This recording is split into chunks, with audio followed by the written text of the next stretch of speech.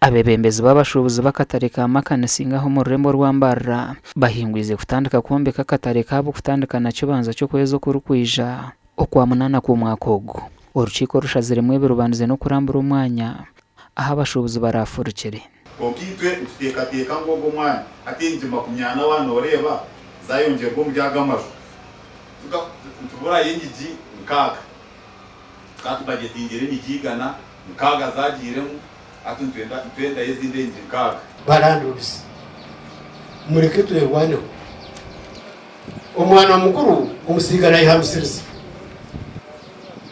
mureke twimuke turondese kibanzo kwa munani tandika umurimo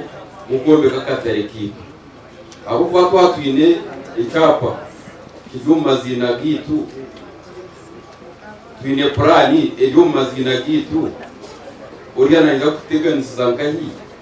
ugari nkafite n'umuhara yatembentera kimuzara umwengege n'umero mubuzu. Aba bagenderire kuombeka akatare akakaza hamutindo ogwo butaro bundi nimba sabota katira identity card n'abanyamba kwanza bati identity card station system rero baturetere kusigning kwena ninjira ngo tubetere tentative rebe na bitanga twakureba weekend twawa updatinga turiza twizire kusigninga turajya mu ngato keta haje reka tuteke biri 13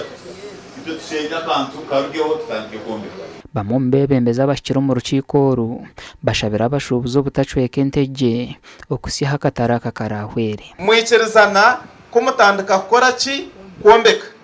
tutukuza kukigarakamo omu kibina cyabeterine nutugenda aha cyabinje bakora ki basharamu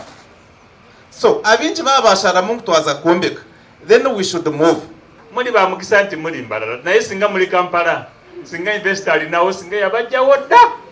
abamune bakabireyo nga bakaba nga investor agenda mu maso. Use the opportunity when it is still available. Nga goodwill tukyagiri na finance offices twogera kimu ate mu ba beneficiary mu ngogera orudicha.